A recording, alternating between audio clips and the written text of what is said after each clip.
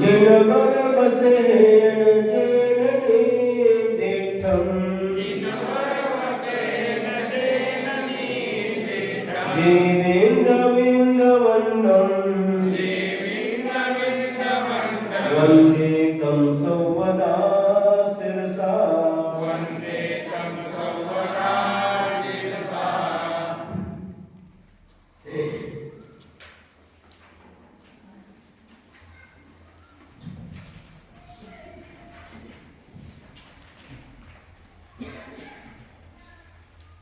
गाथा नंबर 28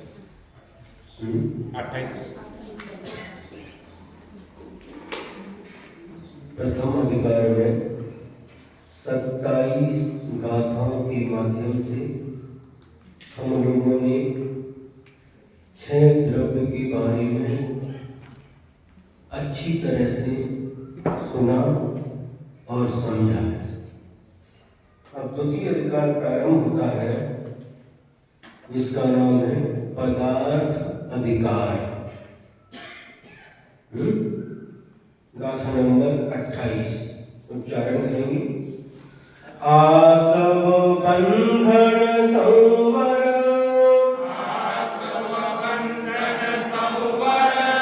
निज्जर मुखा सपुण्य पावाजे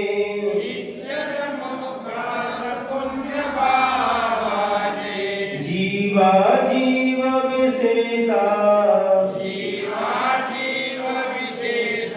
देवी समासेन पवमानो आसव बंधन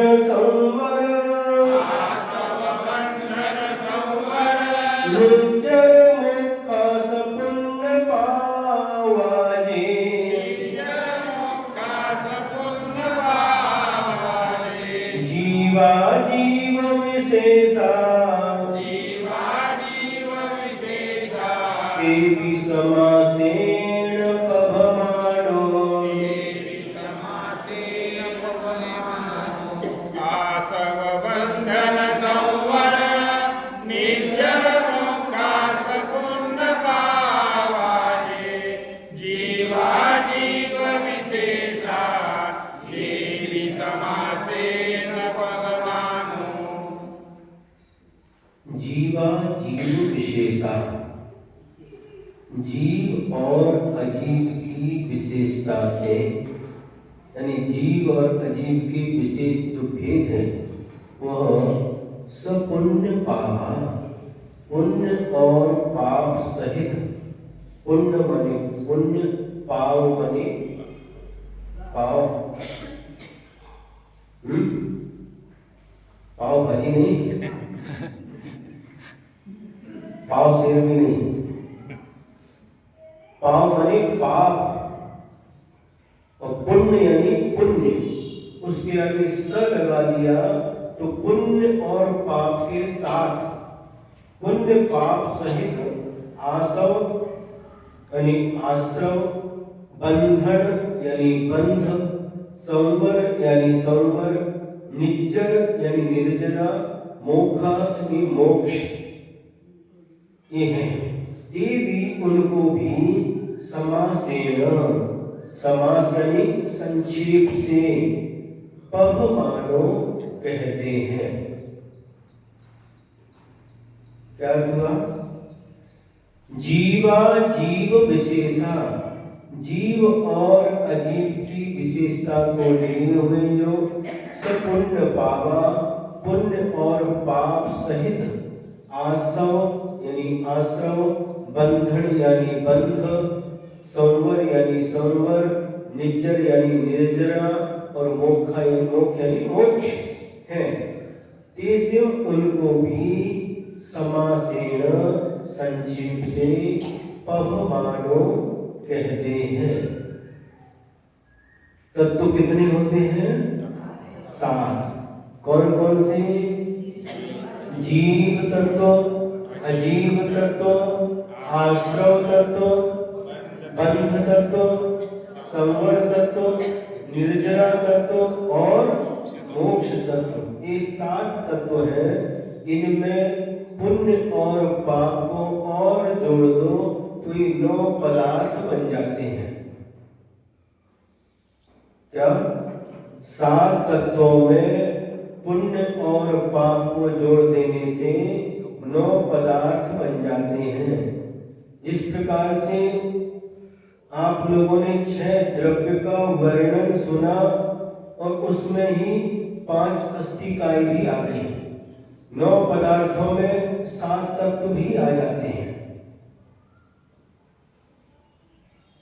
भावार्थ देखेंगे, जीव द्रव्य और पुद्गल द्रव्य, इनके जो कार्बन वर्णा के मिश्रण से, जो संश्लेष बंध से तथा उसके वियोग से जो विभिन्न अवस्थाएं होती हैं, उनका वर्णन यहाँ किया गया है। जीव और पुद्गल की मुख्यतः 7 अवस्थाएं होती हैं, जिसे 7 तत्व कहते हैं। वस्तु के भाव को या स्वभाव को तत्व कहते हैं। जैसे स्वर्ण का स्वर्णत्व, अग्नि का अग्नित्व, जीव का जीवत्व। सप्त तत्वों में पुण्य और पाप मिलाने पर 9 पदार्थ हो जाते हैं। ये आश्रम आदि जीव एवं अजीव की पर्याय हैं, अवस्थाएं हैं। आश्रम आदि जीव रूप भी है और अजीव रूप भी है, जिसे क्रम से भाव आश्रम आदि एवं द्रव आश्रम आदि जानना चाहिए।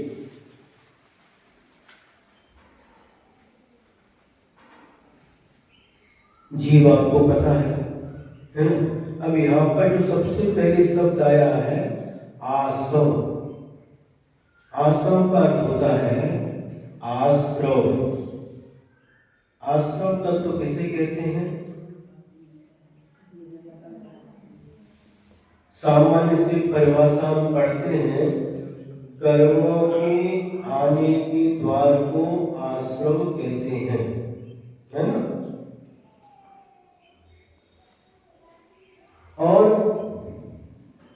आत्मा के जिन भावों से जो पौद्गलिक कार्बन वर्गणाएं हैं, वह कर्म रूप में परिणमन कर जाती हैं, उसे आश्रम कहते हैं। क्या कहा?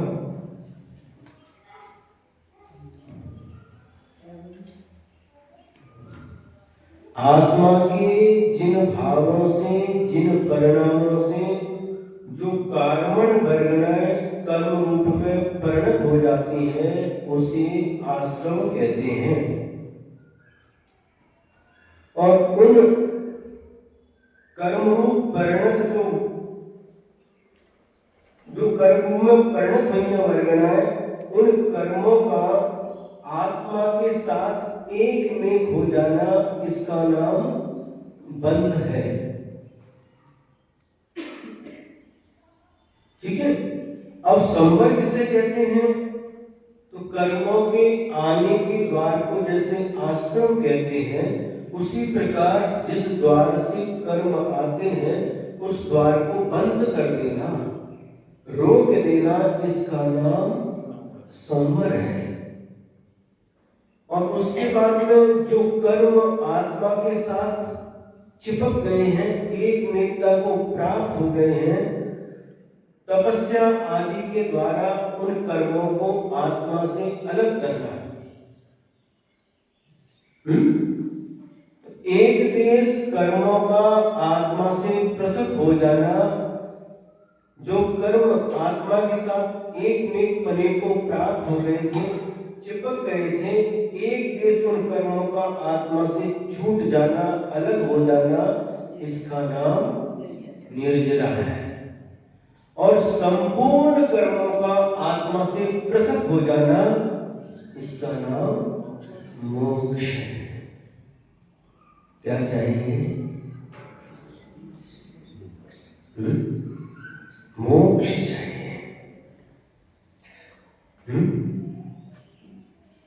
तो मोक्ष चाहिए तो हमें आश्रम और बंध से बचना पड़ेगा, संवर और निर्जरा को अपनाना पड़ेगा।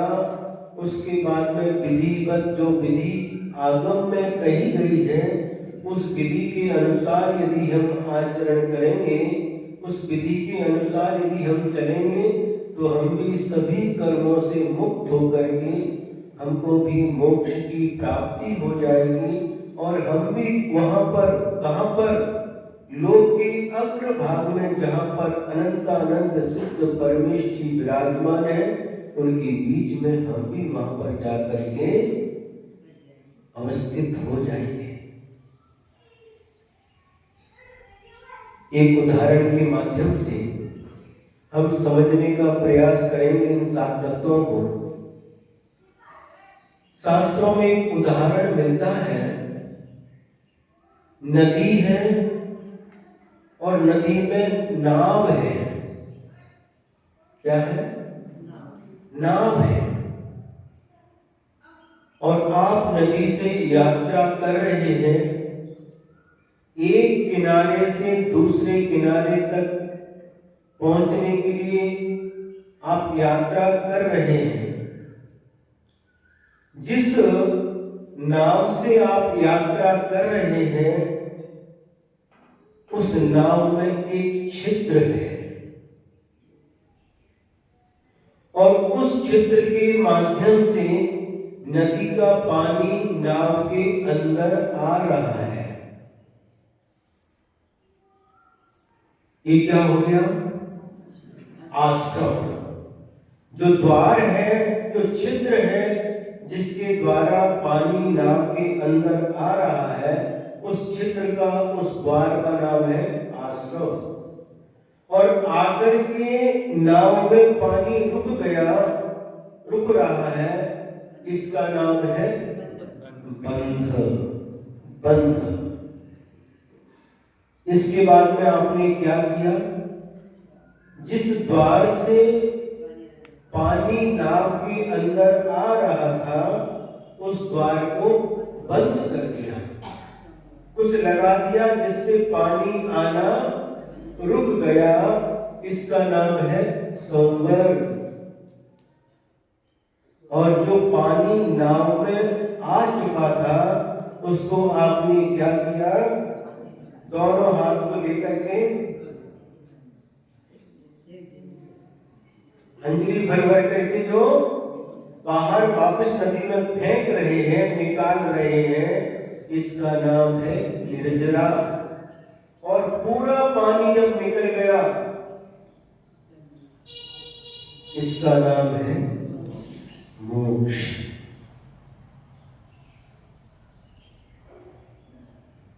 यदि आप उस नाव में का जो छिद्र है उसको रोकेंगे नहीं, सिर्फ पानी निकालेंगे, इधर से पानी निकालेंगे, उधर से छेद में से पानी वापस आ जाएगा। निर्जरा प्रत्येक प्राणी की प्रति समय हो रही है, लेकिन वह निर्जरा यहाँ पर कार्यकारी नहीं है। प्रति समय कर्म अपना फल देकर के निर्जीर्ण हो जाते हैं, निकल जाते हैं, उसका नाम यहाँ पर वह भी निर्जरा है। लेकिन मोक्ष मार्ग में जिस निर्जरा तत्व का वर्णन किया गया है वह जो कर्म आकर के आत्मा के साथ पहले से बंध को प्राप्त हुए हैं उन कर्मों को जड़ से उखाड़ करके फेंक देना, इसका नाम निर्जरा है। संसारी प्राणी पाप भी करता है और पुण्य भी करता है, उसकी निर्जरा किसके समान होती है? तो आचार्यों ने उदाहरण दिया गज स्नानवत। गज माने हाथी, हत्ती, स्नान यानी अंगोड़, वत यानी समान। कैसी निर्जरा है? हाथी के अंगोड़ के समान। हाथी क्या करता है? तालाब में जाता है और कभी देखा हाथी को अंगोड़ करते हुए? देखा कभी? सुना है, देखा नहीं? नहीं देखा। कभी देखने का मौका मिले तो जरूर देखना। तालाब में भी जाता है, जोर से भर भर करके पूरा पानी शरीर के ऊपर फेंकता है, अथवा उसका जो महावत होता है, वह महावत भी हाथी को अच्छी तरह से नहला देता, स्वच्छ कर देता है। और जैसे ही तालाब से निकलता है, बाहर जाता है, और बाहर जैसे ही मिट्टी उसको दिखती है, सूंड में भरता है। जैसे आप लोग अंघोल करने के बाद पाउडर लगाते हैं, उसी प्रकार से वो हत्ती भी अंघोल करके तालाब से निकला, बाहर मिट्टी दिखी, सूंड भर करके पूरे शरीर पर डाल देता है। ये उदाहरण दिया गया है। तो हमारी भी निर्जरा, संसारी प्राणी की निर्जरा कैसी है? इधर आए, निर्जरा हुई, भगवान की भक्ति की, अभिषेक किया, पूजन किया, और घर गए, दुकान गए, वापस जैसे के तैसे। पर वही पाप क्या होता घर में, दुकान में? जो कुछ भी होता पाप ही होता है। इधर निर्जरा करके गए, उधर वापस हाथी के समान।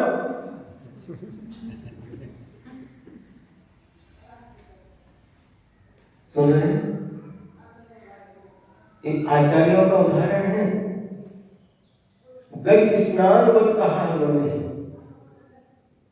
तो ऐसी निर्जरा जिसमें आश्रम हो रहा है, आश्रम भी हो रहा है, निर्जरा भी कर रहे हैं। नाव में पानी आया है, उसको सिर्फ निकाल रहे हैं, इधर से पानी आ रहा है, इधर से निकाल रहे हैं। तो क्या नाव कभी खाली होगी? नहीं होगी। सबसे पहले हमें उसके छिद्र को बंद करना होगा, उसके बाद जो नाव में पानी आया है उसे निकालेंगे, तो ही वह निर्जरा कार्यकारी होगी। पहले कर्म किस कारण से आ रहे हैं, उनके आने का कारण क्या है, उनको दूर करेंगे, उसको रोकेंगे, और उसके बाद जो आत्मा के साथ कर्मों का बंध हुआ है उनको निर्जरा करेंगे, कर्मों से, आत्मा से बाहर करेंगे, तो वह निर्जरा हमारे लिए कार्यकारी सिद्ध होगी।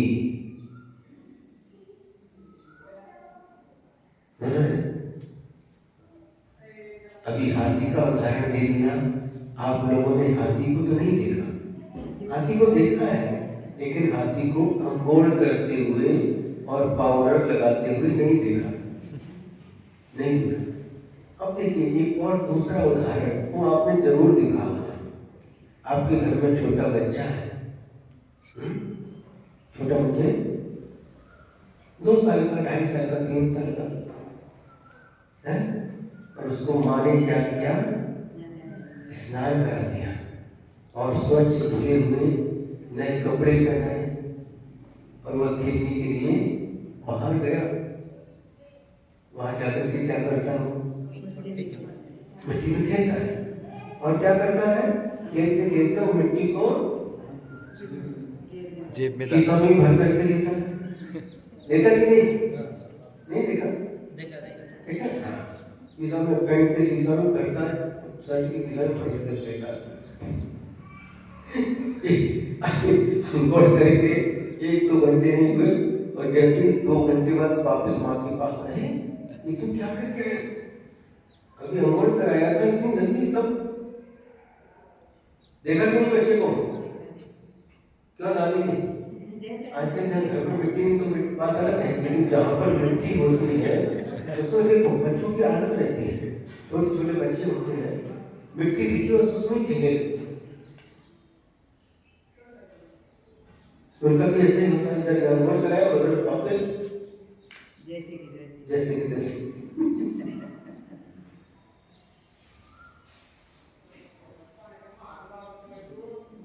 सही आया?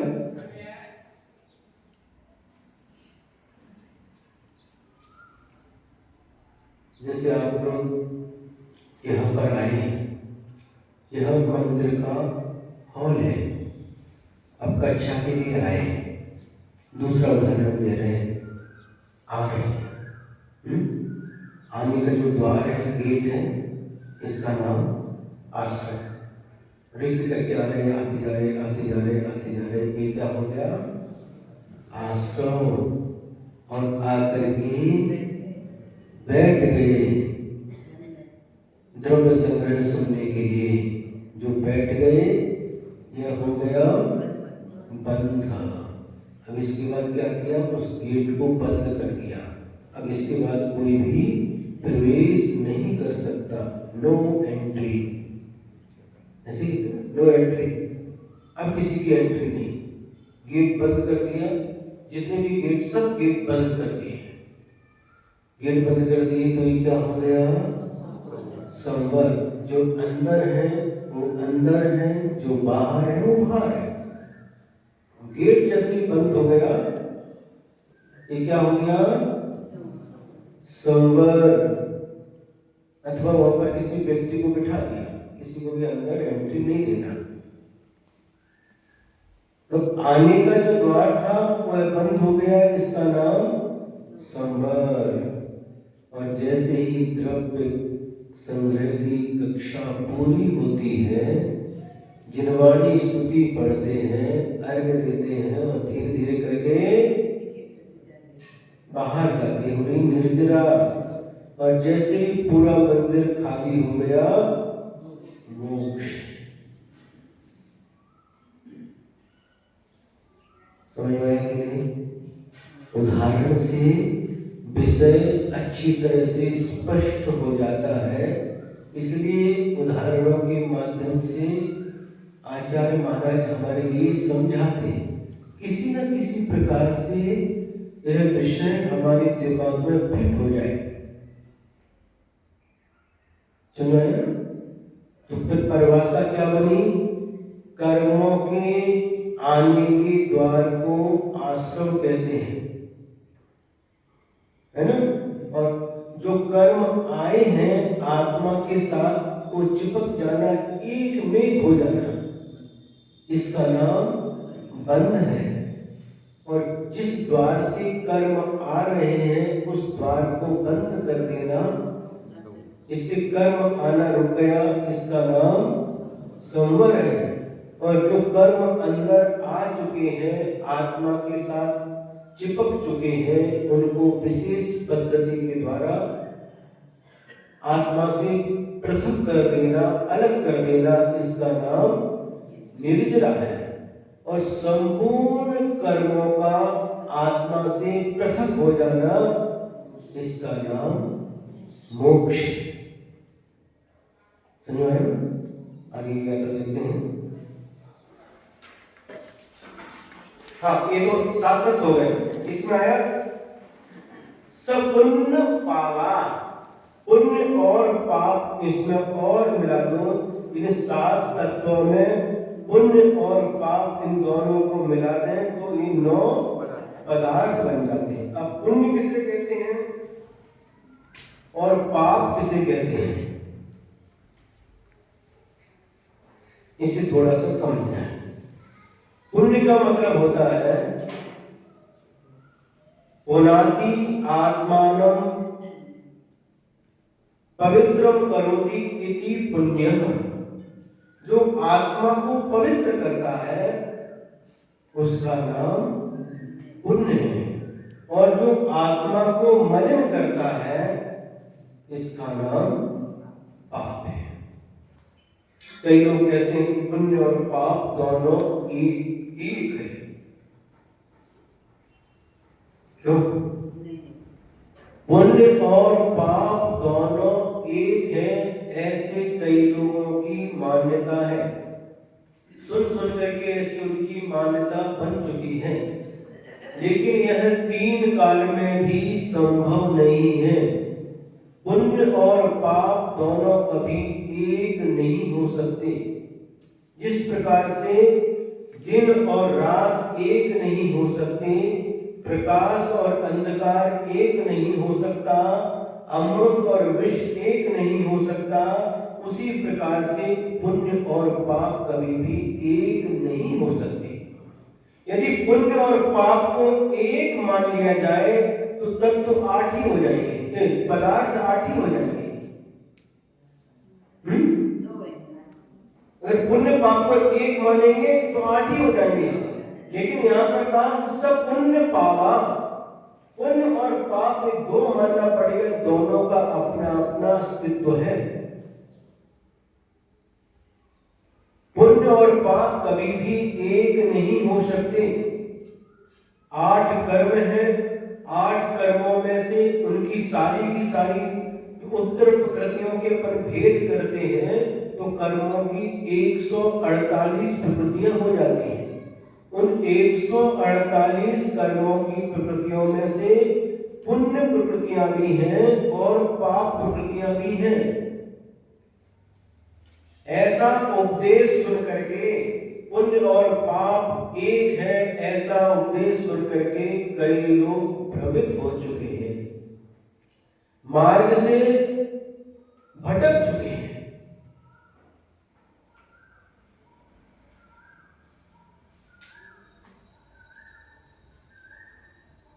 ऐसी बात सुन करके जो पुण्य का जो कार्य है ना, जो पुण्य का कार्य है, श्रावक के 6 आवश्यक देव पूजा, गुरु उपासना, स्वाध्याय, संयम, तप और दान, इनमें से मात्र स्वाध्याय को ही मुक्ता दे करके बाकी सारे आवश्यकों को भूल चुके। आचार्य कहते हैं, क्या कहते हैं?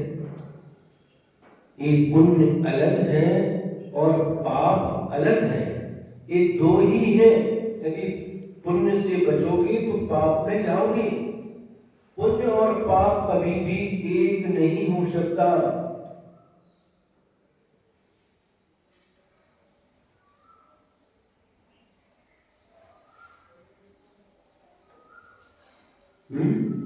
तत्वार सूत्र में भी आचार्य श्री उमा स्वामी महाराज जी ने 6वें अध्याय का प्रारंभ करते हुए लिखा, काय वांग मनः कर्म योगः।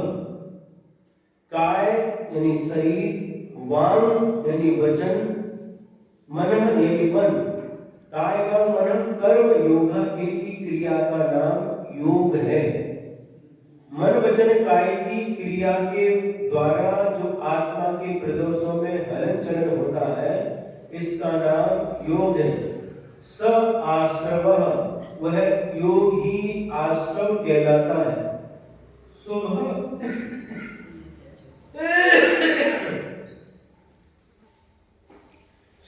पुण्यस्य शुभ पापस्य, जो शुभ योग होता है उसके द्वारा पुण्य का आश्रम होता है और अशुभ योग के द्वारा पाप का आश्रम होता है। स्पष्ट उल्लेख किया गया है।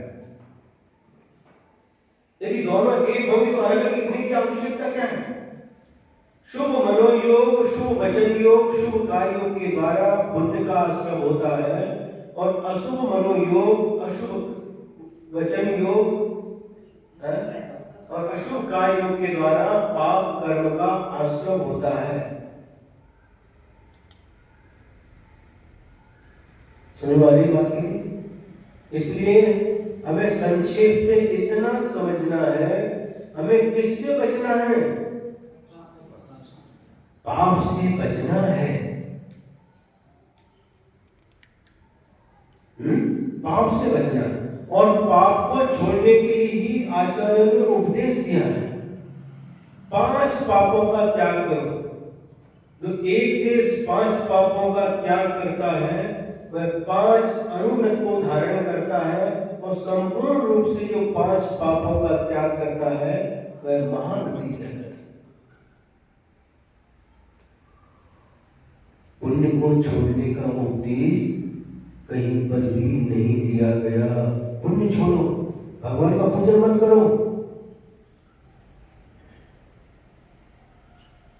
सुने कि नहीं? भगवान का पूजन मत करो, इससे पुण्य होगा।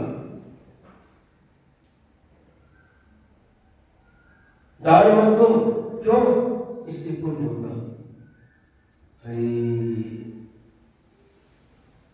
ऐसा उपदेश व्यक्ति को मार्ग से भटका देता है।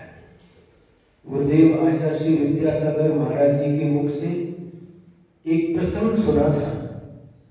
आचार्य श्री के गुरु थे आचार्य श्री ज्ञान सागर महाराज जी। और जब वो क्षुल्लक अवस्था में थे तो दिल्ली और हरियाणा में उनका उस समय प्रवास चल रहा था। उनके उपदेश को सुन करके, स्वाध्याय को सुन करके लोगों में जागृति आई और उन लोगों ने प्रतिमा के नियम लिए। किसी ने 2 प्रतिमा के व्रत लिए, किसी ने 3 प्रतिमा ली, किसी ने सप्तम प्रतिमा ली। ऐसे प्रतिमाधारी वहां पर बने। दिल्ली और हरियाणा की ये बात है। अब इसके बाद में उन महाराज जी का क्षुल्लक ज्ञान भूषण नाम था उस समय उनका वहां से बिहार हो गया। और बिहार होने के कुछ महीने के बाद ऐसे ही उपदेश करने वाले लोग आ गए। अरे इन व्रतों के पालन करने से तो पुण्य होता है और पुण्य ये है।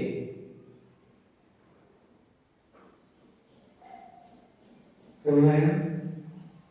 तो जो भोली भारी जनता थी उनके उपदेश जो पक्के थे, जो खट्ट थे, उनके ऊपर उनका कोई प्रभाव नहीं पड़ा। लेकिन जो नए नए लोग थे जिनको अभी विशेष ज्ञान नहीं था, उन लोगों ने उनकी प्रवचन को सुन करके व्रतों को छोड़ दिया। जो व्रत ग्रहण किए थे उनको छोड़ दिया। सोचिए, विचार करिए,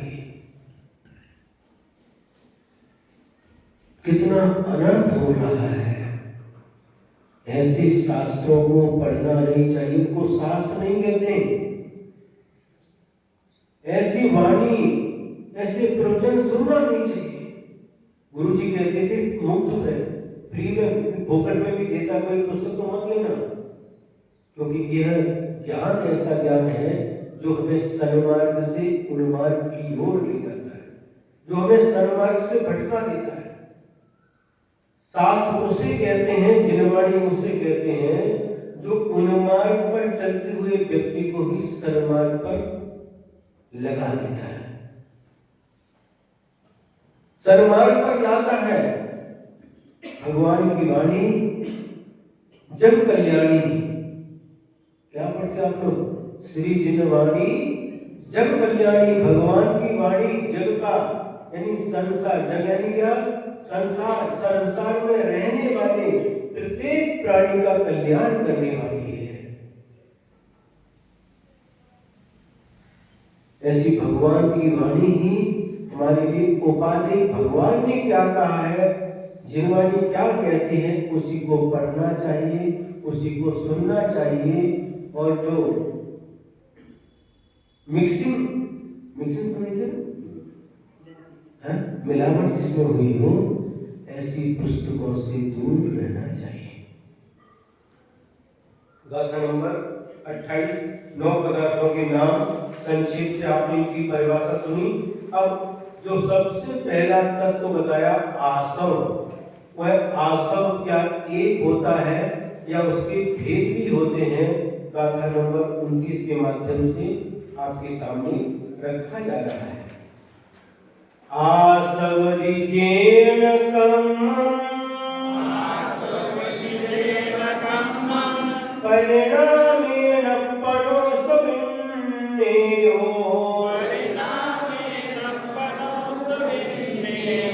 भावासवोजिनुक्तो कम्मा सवणं परोहोदि। आसवदिजेन कम्मं परिणामेन परोसविन्नेयो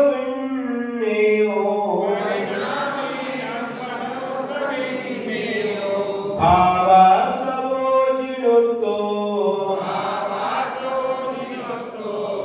कम्मा सवणं परोहोदि।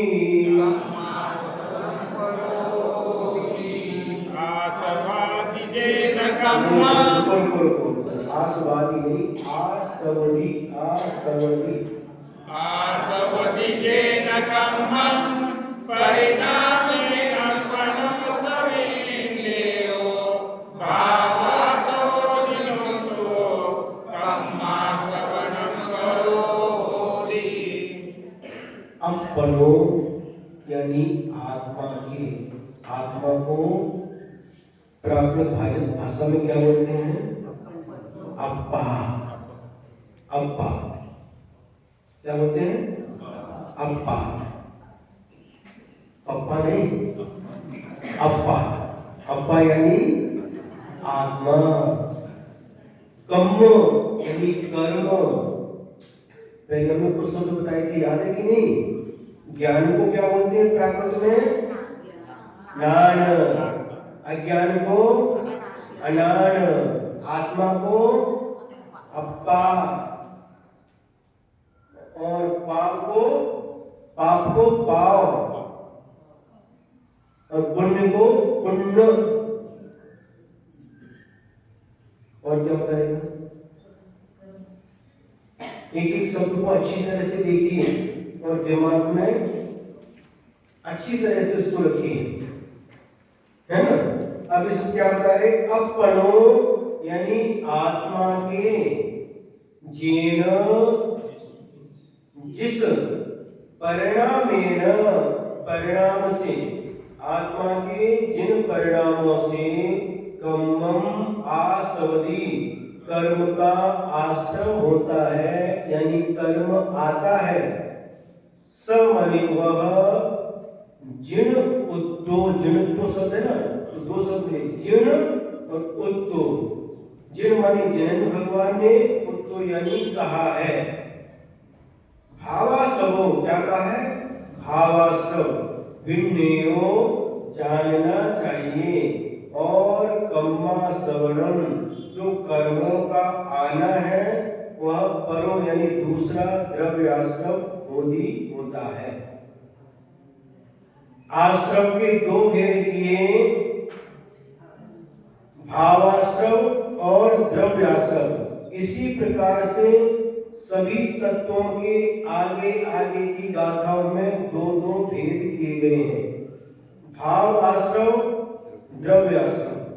बंध तत्व के भी दो भेद किए, भाव बंध, द्रव्य बंध। संवर तत्व के भी दो भेद किए, भाव संवर, द्रव्य संवर। निर्जरा तत्व के भी दो भेद किए, भाव निर्जरा और द्रव्य निर्जरा। मोक्ष तत्व के भी दो भेद किए, भाव मोक्ष और द्रव्य मोक्ष। ये आगे आगे की गाथाओं में स्वयं आचार्य महोदय इसका उल्लेख करेंगे। अभी इसका अर्थ फिर एक बार देखते हैं। भावाश्रम किसे कहते हैं और द्रव्य आश्रम किसे कहते हैं? तो अपनो यानी आत्मा के, जीर्ण परिणामेन जिन परिणामों के द्वारा, कर्मम आसवरी कर्मों का आना होता है, कर्मों का आश्रम होता है, वह भाव जिनको जिनेन्द्र भगवान के द्वारा कहा हुआ भावासवो भाव आश्रम विन्नेयो जानना चाहिए, और कम्मासवणम जो कर्मों का आना है, वह परोहोनी, वह दूसरा द्रव्य आश्रम होता है। क्या मतलब हुआ? मतलब ये हुआ, जो कार्मण वर्गणाएं पूरे लोक में ठसाठस भरी हुई है, हमारी आत्मा के प्रदेशों के पास भी कार्मण वर्गणाएं हैं, और जिस समय यह जीव जैसे परिणाम करता है, उसी के अनुसार वह कार्मण वर्गणाएं कर्म रूप में परिणत हो जाती है। कर्म रूप में परिणत हो जाती है। तो जो भाव के, जिन भावों को करने से वह कार्मण परिगणाएं कर्म रूप में परिणत हुई, उन भावों का नाम है भावाश्रम।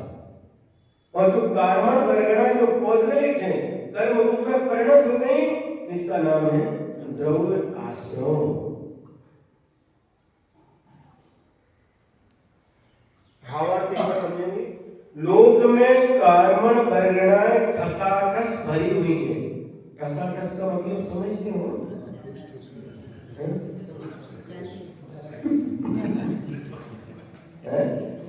जैसे आप लोग कभी कोई पाउडर वगैरह कुछ, कोई कोई वस्तु मिले, कोई पाउडर किसी का भी जीरा पाउडर ले लो, कुछ भी ले लो, और आपने एक शीशी में भरी, एक डब्बी में भरा, और भरते हैं तो सब ये भर गई, और भरने के बाद उसको ऐसे करते ऐसे करके ही वो खाली हो जाती, फिर और डाल देते, फिर और करके फिर और डाल देते, उसको पूरा दबा दबा करके चम्मच से फिर ला भर दिया, उसको बोलते हैं ठोस ठोस ठस भरी हुई। तो कार्बन वर्गनाएं पूरे लोक में ठसाठस भरी हुई है, उनमें कर्म परिणन करने की योग्यता भी है, कर्म परिणमन करने की योग्यता भी है, लेकिन जब तक जीव के राग द्वेष आदि परिणामों का निमित्त नहीं मिलता, तब तक कार्बन वर्गनाएं आकर्षित होकर के कर्म रूप में परिणत होकर जीव के साथ नहीं चिपकती, जीव में नहीं मिलती।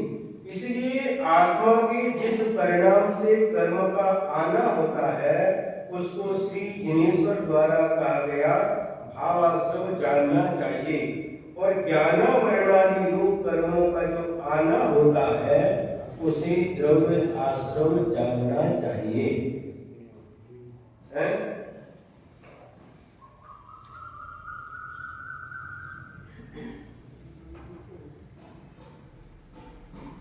अब देखिए एक उदाहरण से समझते हैं।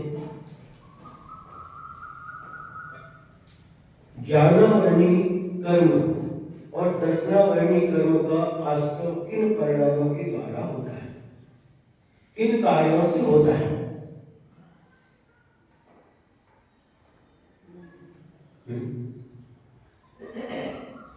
तो उसमें कुछ कारण तत्वार सूत्र में बतलाए गए हैं। ज्ञानावरणी और दर्शनावरणी कर्मों के आश्रम के कारण एक ही है। जिन कारणों से ज्ञानावरणी कर्म का आश्रम होता है, उन्हीं कारणों से दर्शनावरणी कर्म का भी आश्रम होता है। अब कौन कौन से ऐसे कारण बताए हैं, याद है क्या? दर्शन ज्ञान दर्शनावरणियो, ऐसा उस सूत्र में अंतिम छठी अध्याय का सूत्र है, पता कि नहीं? आगे तो बोलो।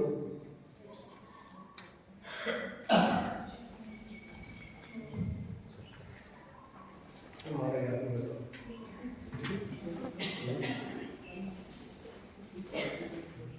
हम तो सुनने के लिए आए हैं। मात्सर्यंत्राय साधनो भागा ज्ञान दर्शनावरणियो।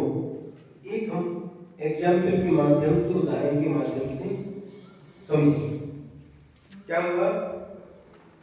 सबसे पहला ज्ञानावरणी दर्शनावरणी कर्म के आश्रम का पहला कारण बताया प्रदोष। प्रदोष किसे कहते हैं? किसी धर्मात्मा के द्वारा की गई तत्व ज्ञान की प्रशंसा नहीं पाना और उससे ईर्ष्या करना, ये कहलाता प्रदोष। मतलब सामने बहुत सारे विद्यार्थी हैं और एक विद्यार्थी की उसका जो ज्ञान है, उसकी जो क्षमता है, उसकी गुरुजी ने प्रशंसा कर दी, और उस प्रशंसा को सुन करके एक दूसरा भी छात्र था, उसके मन में अच्छा नहीं लगा और उसके प्रति ईर्ष्या भाव उत्पन्न हो गया। उसकी प्रशंसा अच्छी नहीं लगती। एक संसारी प्राणी का स्वभाव होता है कि दूसरे की प्रशंसा में सुनना नहीं चाहता, सुन रहे? दूसरे की प्रशंसा सुनना पसंद नहीं करता, और जब अपनी प्रशंसा की बात आती है तो क्या करता है? बोला नहीं समाता, एकदम फूल करके कुप्पा हो जाता है। पूरे कान अच्छी तरह से, धीरे कोई बोलता है, जोर से बोलो ना, दोनों कान खोल करके सुनता है? और कैसा लगता है उस समय? अच्छा लगता कि नहीं? क्यों? अच्छा लगता है। कोई अपनी प्रशंसा करे तो कैसा लगता है? बहुत अच्छा लगता है। प्रशंसा, दूसरे से अपनी प्रशंसा सुनना अच्छा लगता है, लेकिन अपने मुख से दूसरे की प्रशंसा करना अच्छा नहीं लगता।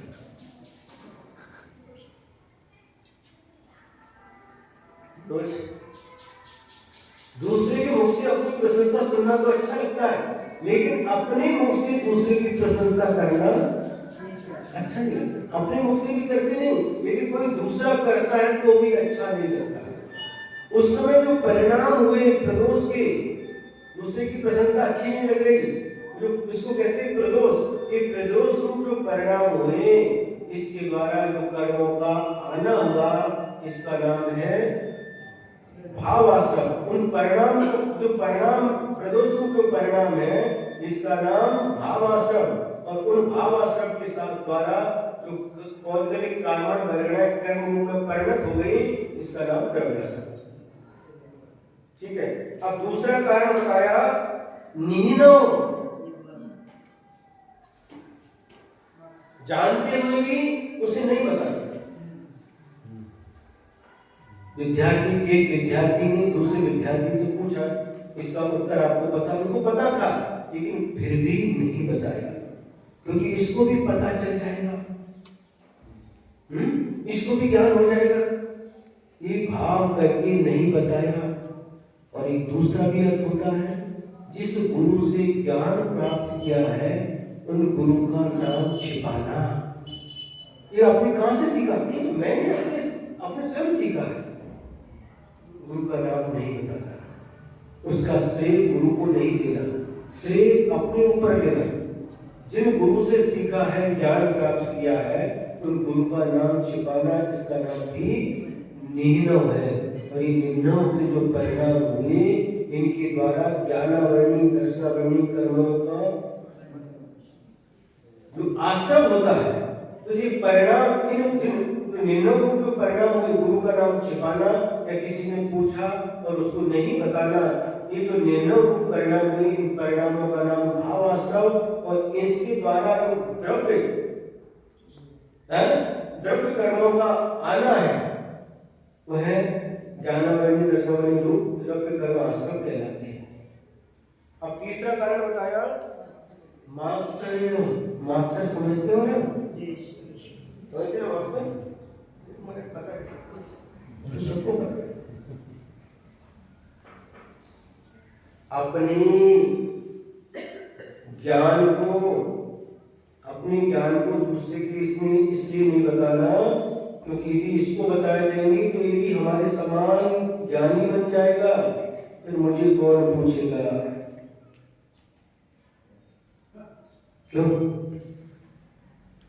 सचिन, समझ आ रहा है कि नहीं?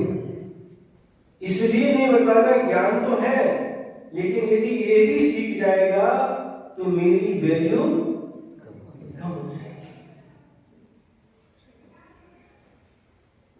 तो ये जो भाव हुए, इसे कहते हैं मात्सर्य। मात्सर्य जो भाव होना, यह ज्ञानावरणी दर्शनावरणी कर्म का भावाश्रम है। और इसके द्वारा जो कर्म आत्मा में आकर के आ गए, कौन से द्रव्य कर्म? वह द्रव्याश्रम है। अब अंतराय समझते हो? पता क्या हमारे पता है? किसे कहते हैं अंतराय? विघ्न। इसमें विघ्न डालना, कोई ज्ञान प्राप्त कर रहा था, उसमें विघ्न डाल दिया। कोई पढ़ रहा था, लाइट बंद कर दी, अंधेरा हो गया। कोई पढ़ रहा था और उस कौन सी पुस्तक पढ़ता, उस पुस्तक को छिपा दिया। और कोई पढ़ रहा था, वहां पर जोर से शोरगुल करना प्रारंभ कर दिया, टीवी लगा दी, जोर जोर से उसको आवाज कर दी। अब क्या, जो पढ़ रहा है उसको डिस्टर्ब हो रहा है, इसमें अंतराय डाल रहा है, हो रहा कि नहीं? ये सब कारण है, इनके द्वारा ज्ञानावरणी दर्शनावरणी कर्मों का आश्रम होता है। महाराज, हम पढ़ते हैं लेकिन याद नहीं होता।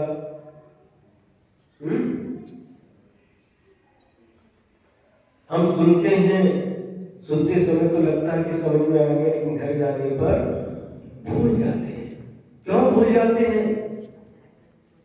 कि जो कर्म बांधा था उसका उदय आ गया, उनके ज्ञान में आपने विघ्न किया था, तो ये कर्म आपको आ गया, आपको ज्ञान नहीं होने देता जब इसका उदय आता है। तो अंतराय को कोई भाव हुए कि पढ़ रहा है, पढ़ नहीं सके तो लाइट बंद कर दो, शोर करना प्रारंभ कर दो, टीवी जोर से चालू कर दो, है ना, इसकी पुस्तक छिपा दो। तो ये जो परिणाम हुए, इन परिणामों से ज्ञानावरणी दर्शनावरणी कर्मों का जो आश्रम हो, भाव आश्रम, और परिणाम ही भाव आश्रम, और उसके बाद में जो कर्मण वर्गणाएं कर्म में परिणत हो गई, उसका नाम द्रव्याश्रम। और अंतिम कारण बताया क्या है? अंतराय के बाद उपघात, प्रशस्त ज्ञान में दोष लगाना। अच्छा ज्ञान है, इनको क्या ज्ञान है, अपने आप को ज्ञानी समझते, इनको ज्ञान है, उनके ज्ञान में दोष लगाना, दूषण लगाना, इसके द्वारा भी ज्ञानावरणी कर्म का आश्रम होता है। अभी आश्रम के कारण है, अब एक कारण और बता देते हैं आपको। यदि आप ज्ञान का क्षयोत्सव बढ़ाना चाहते हैं, इन कारणों से बचना। किसी के ज्ञान में विघ्न करना नहीं, किसी का ज्ञान ज्यादा है तो उसे ईर्ष्या करना नहीं, मात्सर्य करना नहीं, है ना, और उसकी प्रशंसा हो रही हो तो अच्छी तरह से उसको सुनना और खुद भी प्रशंसा करना। समझ आ गया? फिर क्या करना चाहिए? ज्ञान का क्षयोत्सव बढ़ाना है कि नहीं? बढ़ाना है तो क्या करना चाहिए? बादाम खाना चाहिए? क्यों? क्या करना चाहिए? ज्ञान का क्षयोत्सव बढ़ाने के लिए ज्ञान का जो उपकरण है, कौन उपकरण है? शास्त्र, जिनवाणी, इसको क्या करना चाहिए? इसका दान देना चाहिए, शास्त्र दान करना चाहिए एक। और इस ज्ञान के जो साधन है, इसकी विनय करना चाहिए। कभी भी धार्मिक पुस्तकों, जिसे हम पुस्तक नहीं कहते, शास्त्र कहते हैं, इसको कभी भी जमीन पर नहीं रखना चाहिए, कभी भी क्या बोलते इसको, जगह माटी के ऊपर नहीं रखना चाहिए। और कभी भी जिधर ये शास्त्र रखा है उसकी तरफ पैर नहीं करना चाहिए, पैर करके बैठना नहीं चाहिए, पैर करके सोना नहीं चाहिए। और कभी भी सामान्य पुस्तक की तरह इसको ऐसे लटकाते हुए नहीं चलना, हमेशा विनय के साथ नाभि के ऊपर लेकर के चलना चाहिए।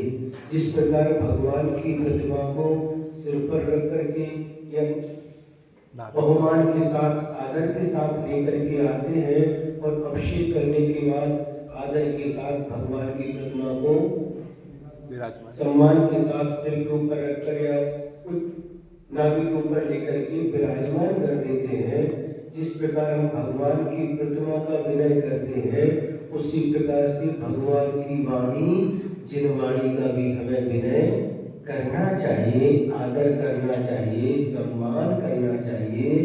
इससे भी ज्ञानावरणी कर्म का क्षयोत्सव बढ़ता है। ज्ञान की विनय करो, और ज्ञानवान जिसके पास ज्ञान है उसकी भी विनय करो। नानम नानी, प्रतिमन पाठ में पाठ आता है, जो ज्ञान है उस ज्ञान की विनय करो। ज्ञान का जो साधन है, ज्ञान का जो उपकरण है, ऐसे शास्त्र की विनय करो। और जिस शास्त्र का उन्हें ज्ञान है, ऐसे ज्ञानी की भी विनय करो, तो निश्चित रूप से तुम्हारे ज्ञान का क्षयोत्सव बढ़ेगा। कोई स्वाध्याय करना चाहता है उसके लिए सहयोग करो, कोई ज्ञान प्राप्त करना चाहता है उसके लिए सहयोगी बनो। जैसे लाकर के बैठेंगे, स्वाध्याय करेंगे, पहले से आकर उनके लिए जमा दी, पुस्तक ला करके उनको दे दी, अंधेरा है उनके लिए प्रकाश कर दिया। ये जो आपके भाव हुए, उनका ज्ञान में आप वृद्धि के लिए आपको जो सब कारण जुटाए, इससे आपके ज्ञान का क्षयोत्सव बढ़ेगा। बढ़ाना कि नहीं? और कोई स्वयं भी, कोई ज्ञानी उस ज्ञानवान की कोई प्रशंसा करता है तो आप उसकी प्रशंसा को इस तरह सुनो कि जैसे वो तुम्हारी ही प्रशंसा कर रहा है, और खुश हो, उसको सुन करके खुश होना, प्रफुल्लित होना, उस ज्ञानी की, ज्ञानवान की प्रशंसा को सुन करके प्रफुल्लित होना, आनंदित होना।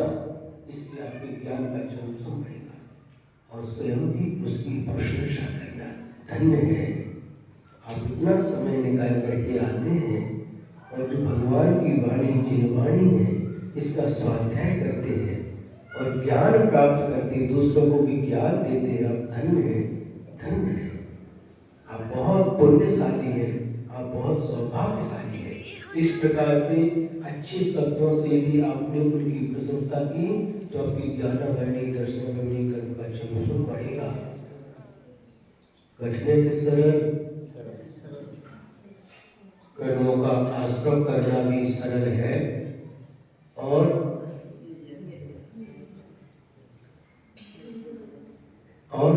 उस ज्ञानावरणी कर्मों का चमचम प्राप्त करना भी सरल है, लेकिन भाव हमारे इस प्रकार के होना चाहिए।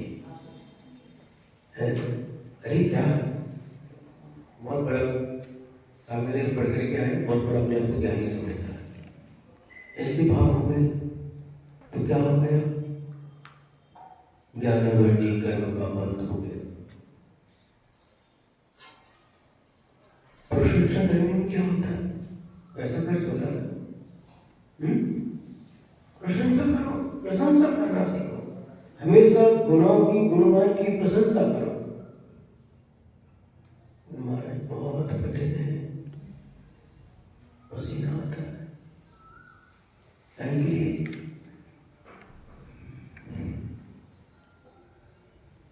पसीना नहीं आता, आया हुआ पसीना भी सूख जाता है।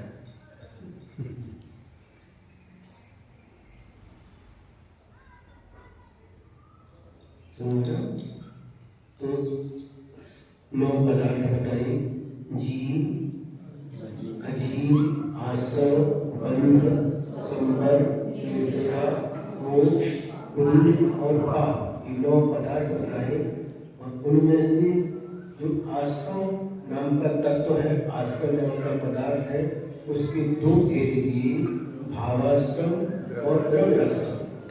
भावाश्रम किसे कहा कि आत्मा के जिन परिणामों के द्वारा कर्म आते हैं उन परिणामों को भावाश्रम कहा, और द्रव्याश्रम उन भावों के द्वारा जो औद्गलिक कार्य परिणाम कर्म में परिणत होकर के आती है, इसका नाम द्रव्याश्रम है। इन दोनों गाथाओं का भावार्थ या सारांश हुआ। दोनों गाथाओं का उच्चारण करेंगे।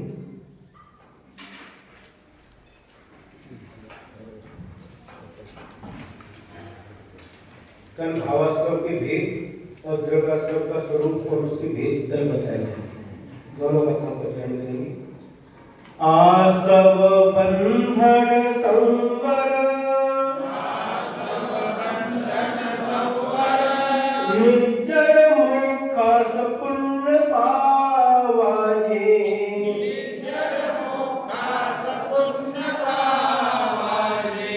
जीवा जीव विशेषा, देवी समासेन पवमानो, आसवदिजेन कर्मं, परिणामेन परोसमिन्नेयो,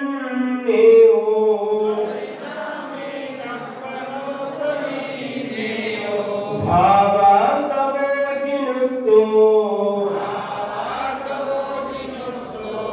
भावासवोजिनुक्तो, कम्मासवनं परोहोदि।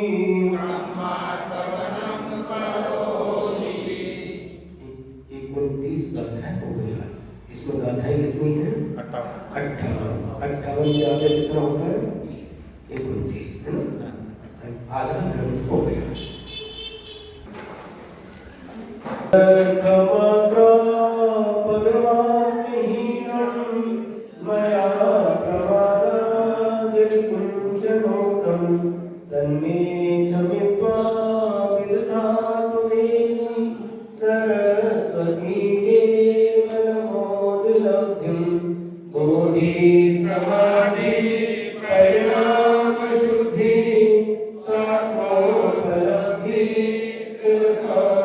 सिद्धि चिंतामणि चिंतनस्तुरामे कौमन्द्यमानस्य ममास्तु देवी कौमन्द्यमानस्य ममास्तु देवी द्वादशांतिवाणी माता की जय।